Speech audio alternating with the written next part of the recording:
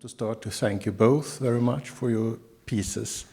It is a great honor for us to have been able to commission these pieces and have these first performances in this environment and this situation. So let's start to give them a special applause.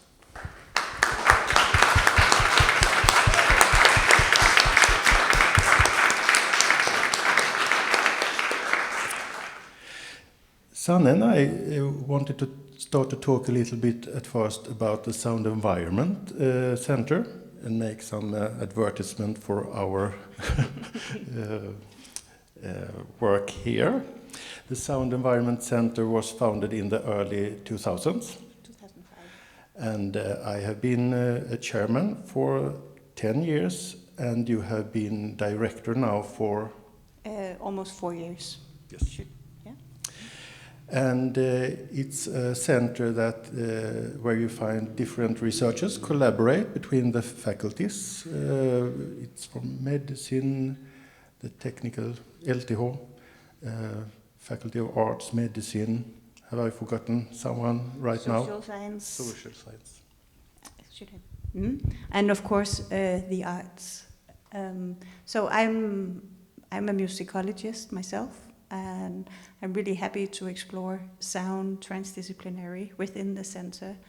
And I was even more happy when Staffan suggested that we should do this concert on the text sound. He said we should do something about text sound pieces from the 70s, when you realize that was what I did my dissertation on.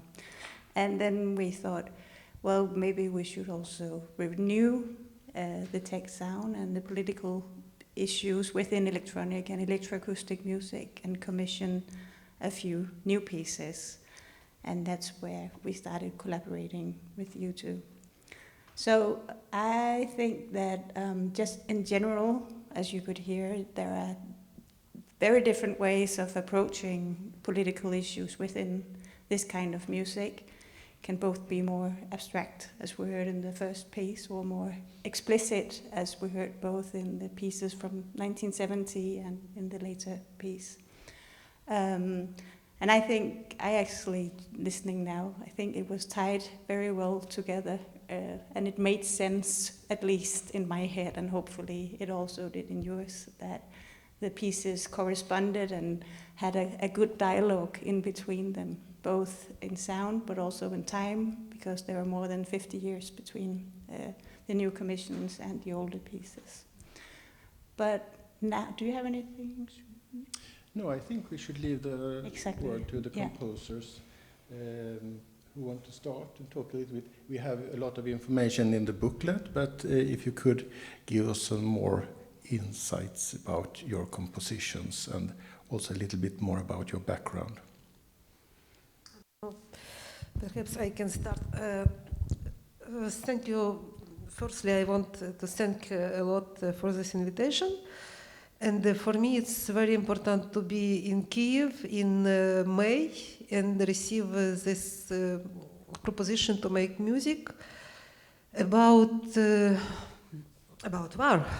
war, of course. And for each Ukrainian artist, it's very, very important now to represent Ukrainian art, especially in this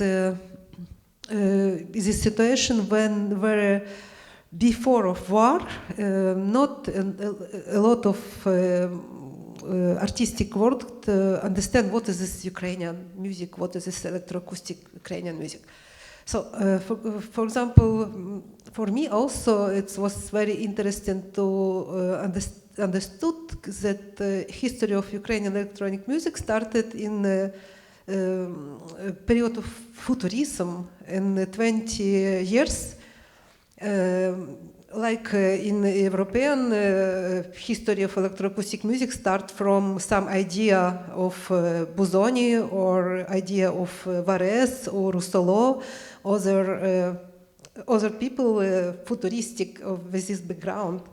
So in my country it was very interesting also the situation that the idea of electroacoustic music started 100 years ago, not now. Because when I started electroacoustic music in IRCAM, it was clear that France have a big history of electroacoustic music, of JRM history, with musique concrète, and IRCAM, Xenakis Center. But I understand, for example, if we can imagine that Union Soviet not be realized this imperialistic and this totalitarianistic genocide of Ukrainian art, we can imagine that electroacoustic music in Ukraine can be started with futurism and in the 30 years, in the 40, like in other European countries. So I understand very good that the history of art in Ukraine was mostly killed by this totalitarian system of Stalinism, and now it's like the same history. So it's absolutely the same couple of time of this genocide idea now with Putin and Russia fascism. So it's like my background, of course. It's about this piece. I use some idea to make a relation between instrument bandura. It's a Ukrainian authentic instrument with metallic sound, metallic string with bow. And I use also noises generated by Super Collider software, and authentic also singing from Polisia, it's north region of Ukraine. If you have some question, perhaps from you, I don't know, it's also possible to talk. Thank you.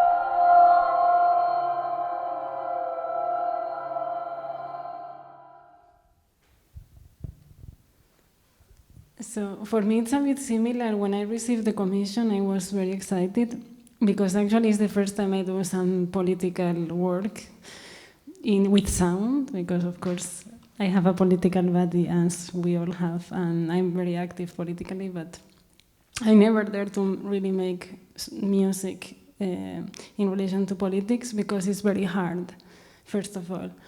And because I think you have to have a lot of background context and be a bit of a thinker, honestly. Because what I realize is that how can we sound political?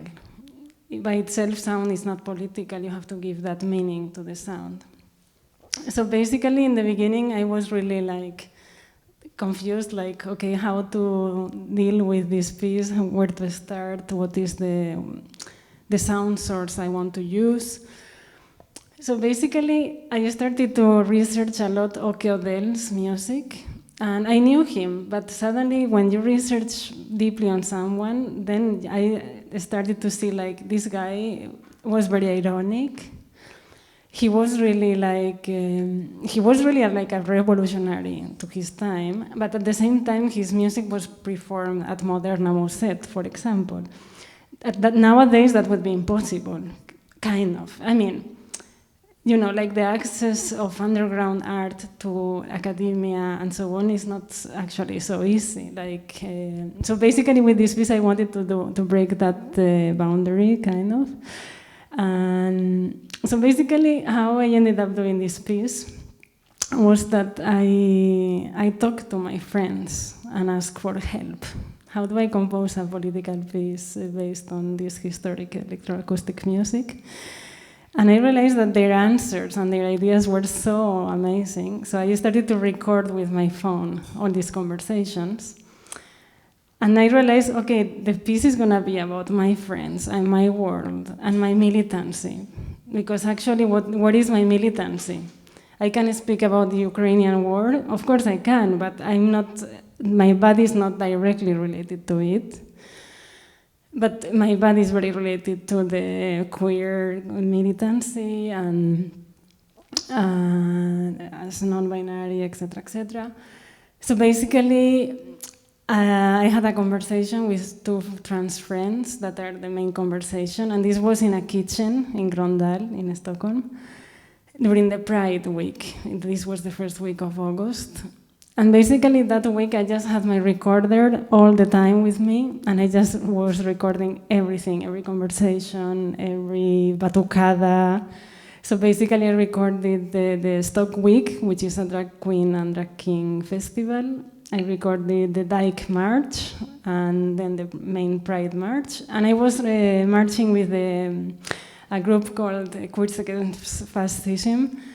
And yeah, I realized that actually there is something very powerful in the human voice, super extremely powerful, that can be recorded and that can be a memory of a moment in life, kind of. So for me, this piece is also like,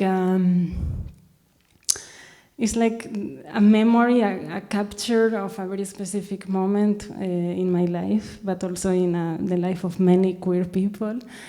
And yeah, I don't know, I feel it is very intimate because it's a conversation really in the kitchen with my friends. They gave me obviously permission and I contacted everybody that is in the piece. But yeah, it's very emotional, and because they talk about, I mean, the conversation was 3 hours, I took different pieces, but how they expose themselves, I think is very generous. So yeah, and then more technically, if you listen to the Oke Odell's piece, you saw that there is a lot of jumping between the speakers, and there is all these question-answers. I wanted kind of to reframe that. And I wanted also to create the feeling that you are actually in a demonstration and you are really walking along the demonstration. So the sound goes from the back to the front. But yeah. So basically the piece is really like going from your kitchen to a small conversation, to the streets, and then to the club, because the club is also a safe space where all the queers we meet and we dance and we melt into each other's bodies. So yeah.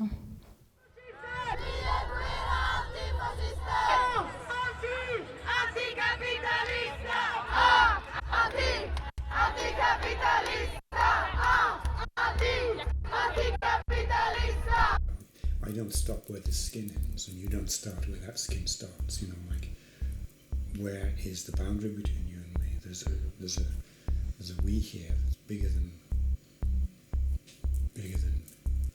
you and me. No borders, no nations. Stop deportation. No borders, no nations. Stop deportation. No borders, no nations. Stop deportation. No borders, no nations. Stop deportation.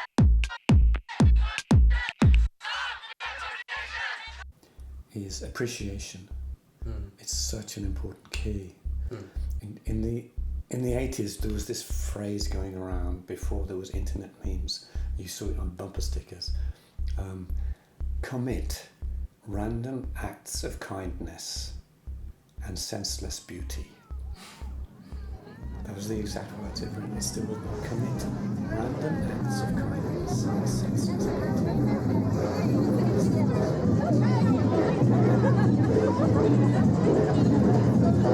We are marching for women who can fight for themselves. We are marching for women whose studies are Thank you. And it's true with the voices that, and that's what's also was so I won't give a long lecture on the text sounds pieces. If I start, please stop me.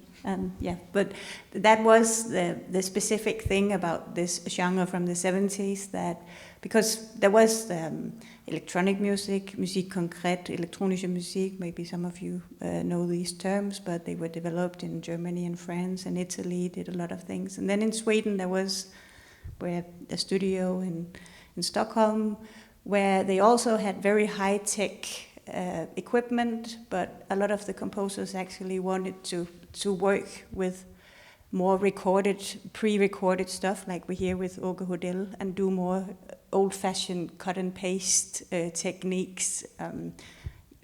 So there's hardly any digital sounds in Åke Hodell's piece. And the voices there are really, really strong, and they also, many of them were poets at the time.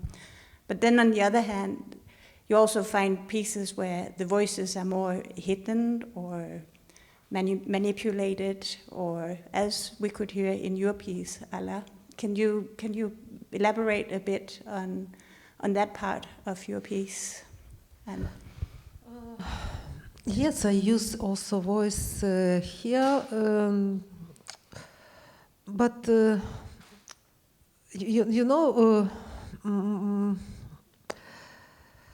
it is not technical. I don't know about technique. I use some very contemporary but very usual technology. Like convolution, granulation, it's clear. But for me, it's more important was make this relation between timbre of authentic voice, like specific ritual voice of Ukrainian spring song, and different noises. So some space in this piece, yes, it's important. But for me, it's like a space of radical.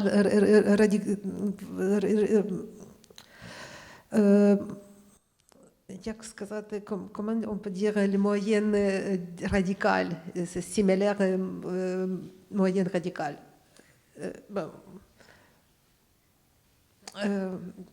Як перекласти, що для мене було важливим показати єдність такого радикальних засобів, екстремально радикальних засобів фольклору і електроніки.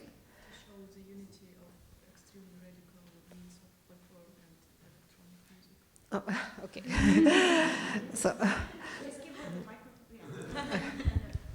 can you repeat it? To show, I forgot. To show the unity of radical means of electronic and folklore music. For me, folklore it's some radical culture. It's not something beautiful, and it's not shelter of beautiful sound. For me, I use folklore like very power and aggressive things. So it's this region. It's like if you think it's very very loud sound, like.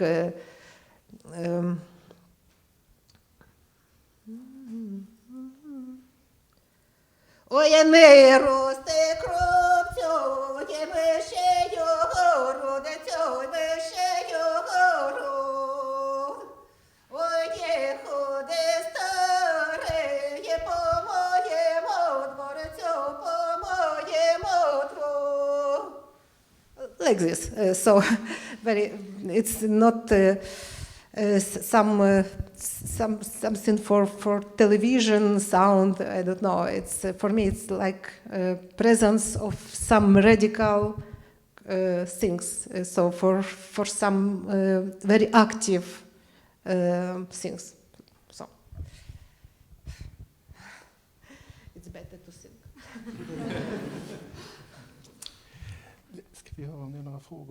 Let's ask the audience if there are any questions to the composers now when you have heard the presentations.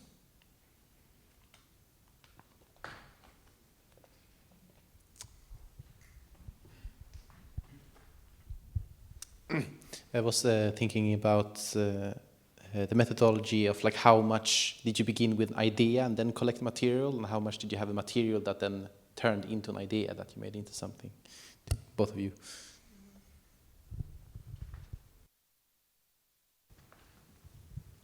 I mean, I explained a little bit, but basically for me, I mean, I think it was really like the idea came through the process, and it was really spontaneous, as I said. I mean, that's why also the quality of some recordings is very bad, because it was just with my phone.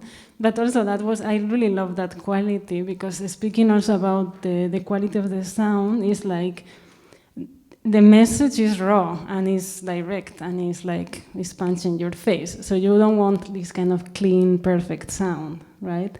So yeah, for me, like the idea came really through the process, and then it developed through the process, and it's kind of still ongoing, because now I listen to this and I would do it differently probably today. So for example, for me, this piece is really like a kind of alive, and I chose this combination, but it could be 1,000 other combinations. So.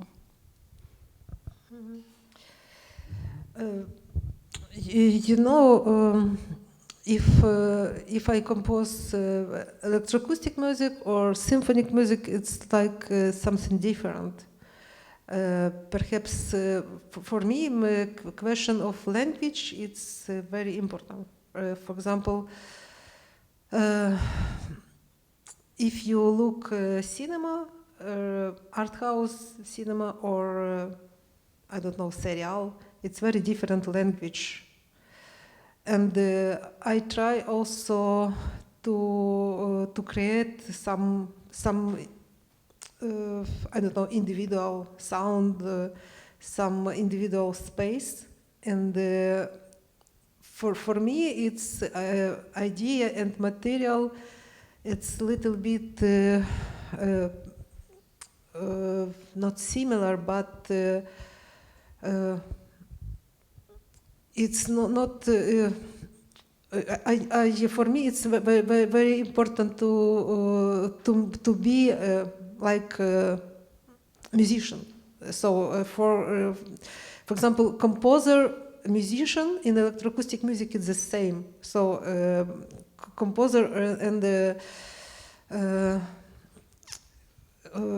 I want to play all time. Play and be like violinist or pianist. If I compose, for example, for orchestra, perhaps it's all the thing. I think about idea, and I don't know what is this material so result of this realization of this idea, because all the musician can be interpreted in manner very, very different. But if I play with electroacoustic devices, with program, so it's like material and idea not exist. Exist just idea to play something, to like musician. So it's for me it's the best quality of electroacoustic music if I think personality, some personal. I think this composer also Maria Pade or okay. How they so see? So it's like very personal. Personal approach, very clear that it's not possible to repeat this. It's not possible to make just idea and make this idea with other material.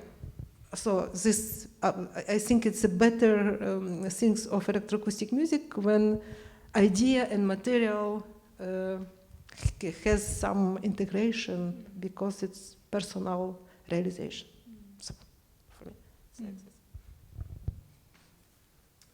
Any other questions? I would like to ask you, Alla, also now that when you're here, you are actually a real pioneer in the electroacoustic music in Ukraine, and you founded the first electronic music studio in Kiev. Could you talk a little bit about the electroacoustic scene and the new music scene in Ukraine, a little bit also in general? So of course I'm not first musician of electroacoustic music because I think the first composer or Ukrainian composer of electroacoustic music it was in 1964. It was a piece of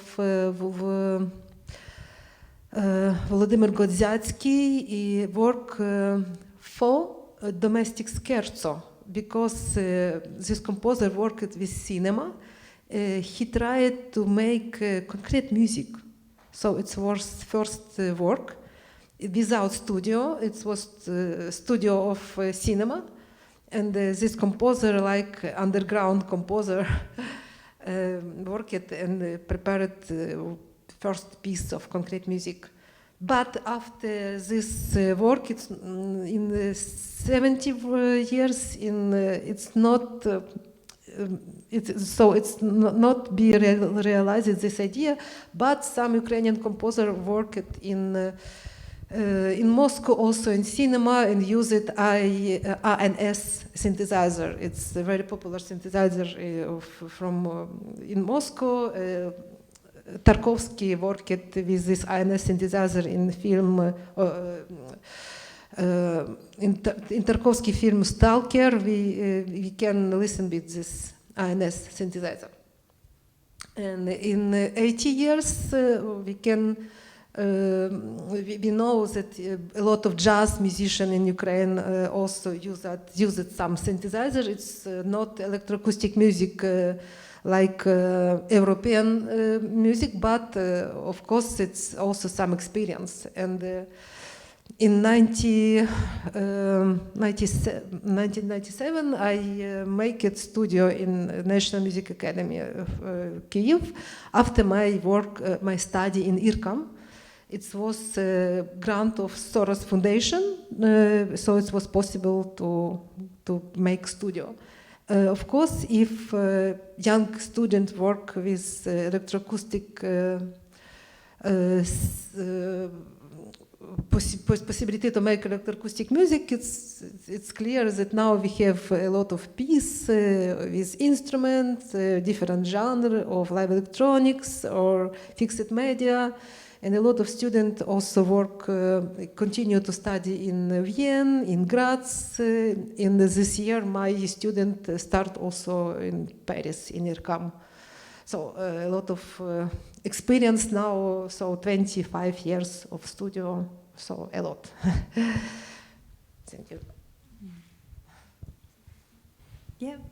So, and that's, the continental history you also speak into.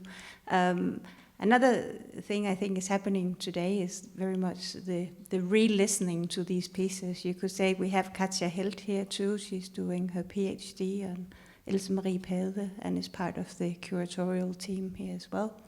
And there has been quite some interest in gender and electronic music too. It's actually that you are facing that 75% of the pieces tonight composed by female composers is actually maybe the first time I've been in a space where this happened within electronic music. So So, and that leads me to another thing we would like just to briefly or to get around, and that's Kunstmusiksøstrene, who also helped us curate this. So we called up Kunstmusiksøstrene, which I think, Hara, you should talk a little bit more about. So basically, Kunstmusiksøstre is like an association for female and non-binary musicians in Stockholm, or actually in Sweden, probably. And basically, it's quite cool because this association is not only for like academic composers that went to study in a conservatory, but actually for everybody. And that creates a big diversity, and I find that super interesting and super important. So basically, we just support each other, we organize concerts, workshops, and yeah, it's a very good group of people. So. I'm just going to say that when we had the meeting with Kunstmusiksøstrene, it was not only a meeting, it was actually almost like interrogation. It was, so how are you going to present this female composer? Is she getting enough attention, or what is the program next to? And it's really, afterwards, I was a bit scared, I must say, but... Very radical, yeah. But the result was really successful, you must say. Yeah. Yes, we're very happy that we succeeded. Yes, are there any comments or questions? Yeah, Jada. Thank you very much, first of all, for your... Thank you very much, first of all, for both of your pieces. It's just like a question for both of you. I was thinking about how the other two composers who are unfortunately not able to be present, of course, on the use of the repetition, which is probably typical of the time and also a very specific area in Europe, but not only, and the way on how direct a certain message is or not, and also on how this repetition is playing a role in a certain narration, has a certain narrative quality. In one artwork, very strongly, in the other one, no. I just wanted to know, does a certain narration play a role in your pieces, and if yes, how in this way? Maybe your track is a bit more visible, but maybe also for Alla, if is it more about an impression, or there is a narrative quality? Thank you. Narrative quality. I use a lot of poesy in my work. So last year I was creation of my opera to text of Sergei Zhadan, or this year also I prepared work with work of Zagaykevych, but it's instrumental music also. Opera, it's not just instrumental, but of course with electroacoustic, but in this piece, I don't know, narrative it's realized without some word, but I don't know. Is this historical piece also? I think using of words, it's not just narrative. It's also rhythm. It is also some energetic intonation. So each piece can be interpreted with some narrative. So of course, in my piece, it's also some narrative or like protest, also some reaction. I think like this. Yeah, I think my piece is super narrative, and I think it's also, we are in a moment in contemporary art that we are going back a lot to narrative, and I think it's very good. Otherwise, we cannot connect to the audience. I'm joking, but it helps actually. And for example, in my case, it was quite interesting because when I listened back to the conversation, that it was like 3 hours, when I chose like the different parts, I realized there is a correlation between the conversation with my friends and the march sounds. Because, for example, there is no boundary between my body and your body. And then it was like, no borders, no nations, stop deportations.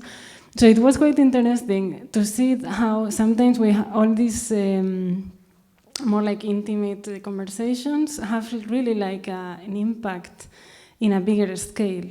And that's also what I wanted to speak about. That everything that is individual is actually politic and is universal somehow. So yeah, it was very beautiful to establish those relationships that were not kind of obvious from the beginning. And for me, it was also like the form of collage that was quite kind of the narrative, because also collage by itself can be also a way of establishing a narrative. So yeah, embracing narrativeness.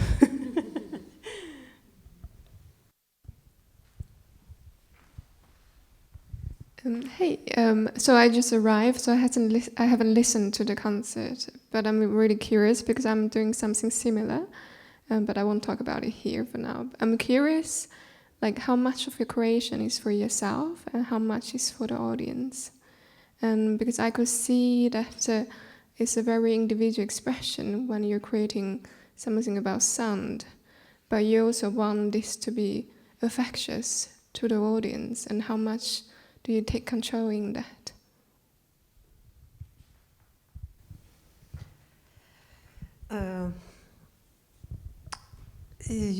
I compose for myself today, always.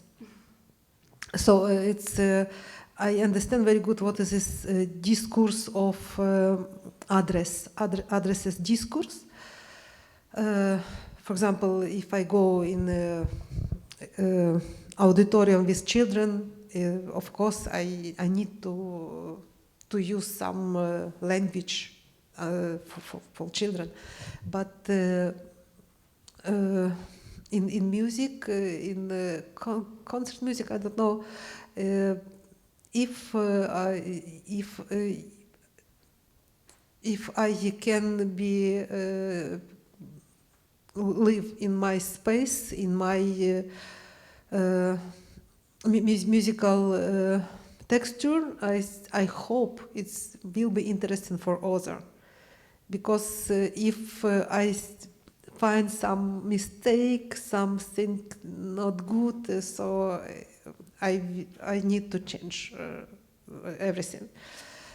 So it's some perfectionism in the work. It's possible just if you control, not some audience control your work.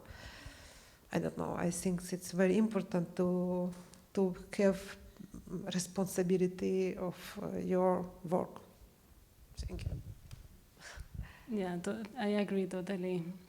And I mean, it's also not a matter of ego or anything like that, but more like about respecting yourself and your ideas and having integrity.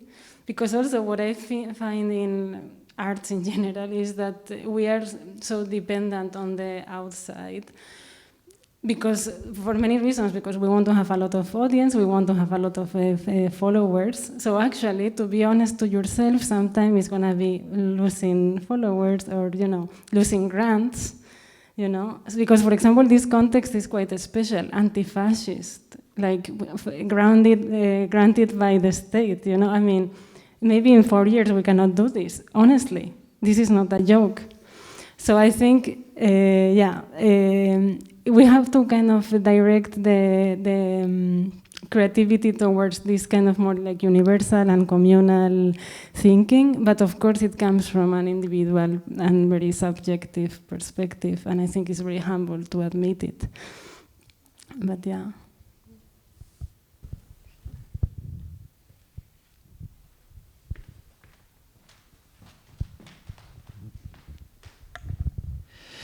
Yeah, I have a question for Alla, speaking about the element of folklore and Ukrainian folk music. I'm wondering about, because we've talked about this before. You spoke about the radicalness of Ukrainian folklore, and I was wondering if you could sort of expand on that in a historical context, because I think there's more to it than just folklore being radical. Is there a political historical context? It's not political historical context, it's like a cultural context, and the context, for example, in Ukraine, also in China or Russia, in the period of Soviet period, also now we have some musical choral group or big orchestra which play a lot of Ukrainian national instrument. It's stupid and not exist in reality. In reality, we don't have big chorale. We have 2 people is chamber music. So, and the radicalism of authentic folklore, it's radicalism non-totalitarian art, because in period of Soviet Union, so this authentic folklore, it's not art. No, it's not. It's not supported never by state. So supported big choral Stalinism. So it's like forbidden art, but radicalism, it's like strange music. So it's the tip. I use this voice, authentic voice. It's not for philharmony, or it's not for opera theater. It's something just for village. So it's music in village. But for me, it's the best music in Ukraine. So thank you. Understand it? And Hara, do you have the same relation to the sounds that you played to us? I mean, in a way, yes, because actually,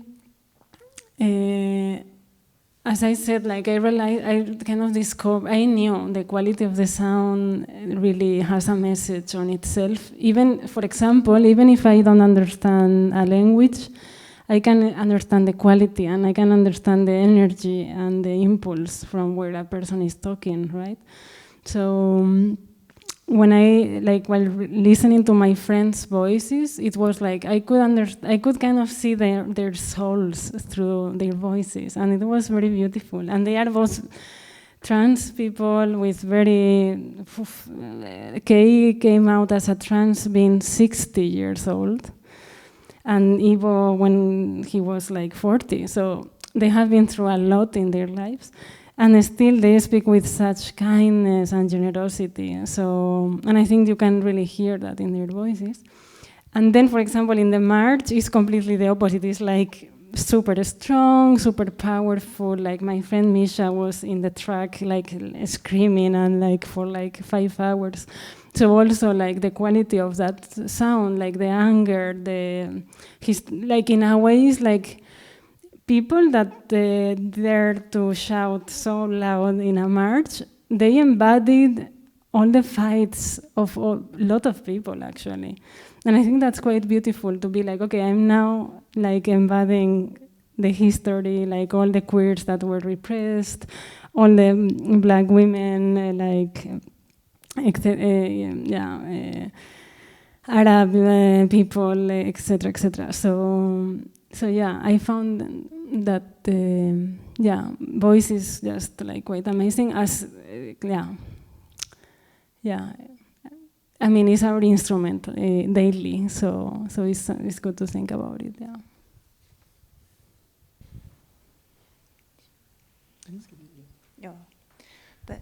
Yes, I think it's time to round up. If there are no more questions, we have to prepare for the next set that starts in 15 minutes. There are still some time if you want to mingle afterwards in the Pufendorf Institute.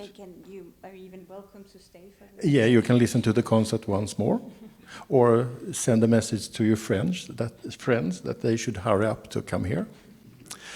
But I want to thank you both for being here, sharing your music and your thoughts about music tonight. Thank you very much. Thank you.